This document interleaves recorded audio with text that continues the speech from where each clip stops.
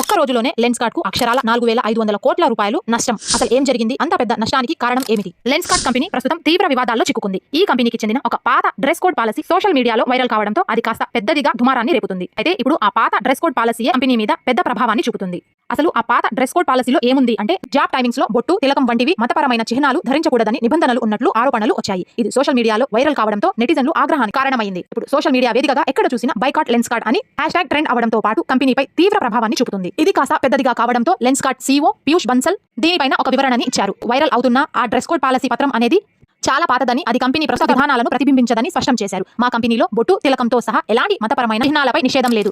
అయితే ఇప్పటి వరకు జరిగిన అపార్థాలకి, ఆందోళనలకు నేను సారీ చెప్తున్నానని చెప్పుకొచ్చారు. అయితే అదే సమయంలో కొత్త రూల్స్ ని అధికారికంగా తీసుకొచ్చామని ఇన్-స్టోర్ స్టైల్ గైడ్ ను రిలీజ్ చేసింది. ఆ కొత్త గైడ్ లైన్స్ ప్రకారం ఉద్యోగులు తిలకం, బొట్టు, సింధూరం, మంగళసూత్రాలు ఎలాంటివైనా ధరించవచ్చని, అలాగే కడాలు, హిజాబ్లు, తలపాగాలను కూడా కంపెనీ నిస్సందేహంగా అనుమతిస్తుందని చెప్పుకొచ్చారు. అయితే దీని మీద మీ అభిప్రాయం ఏమిటో కామెంట్ రూపంలో తెలియజేయండి. Thanks for watching.